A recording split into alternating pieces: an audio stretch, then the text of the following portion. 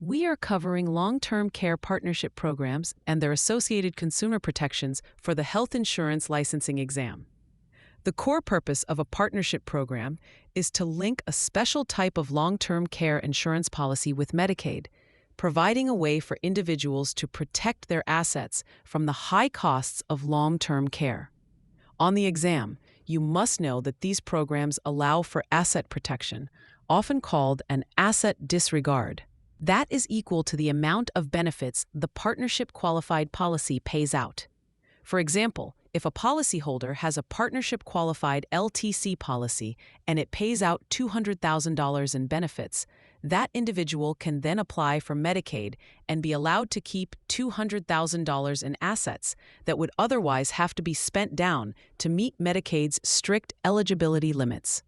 This is known as a dollar-for-dollar model. Some states may offer total asset protection if a minimum benefit package is purchased. A key exam point is that for a policy to be considered a partnership qualified plan, it must meet specific federal and state requirements, including being a tax-qualified policy under HIPAA. A major requirement and a frequent exam question topic is inflation protection. The rules for inflation protection are tied to the applicant's age. For applicants under age 61, the policy must include automatic compound inflation protection. For those aged 61 to 75, some form of inflation protection must be included. For applicants age 76 and older, inflation protection must be offered, but they are not required to purchase it. A common exam trap is to confuse the requirements for partnership qualified policies with non-qualified policies. Remember that the inflation protection rules are specific to these partnership plans. Now, let's discuss the broader consumer protections, which are heavily based on the National Association of Insurance Commissioners, or NAIC Model Act. These protections are designed to ensure fair treatment and clear communication for all LTC policyholders. For your exam, you should know that all individual LTC policies must be guaranteed renewable, meaning the insurer cannot cancel the policy due to the insured's age or health.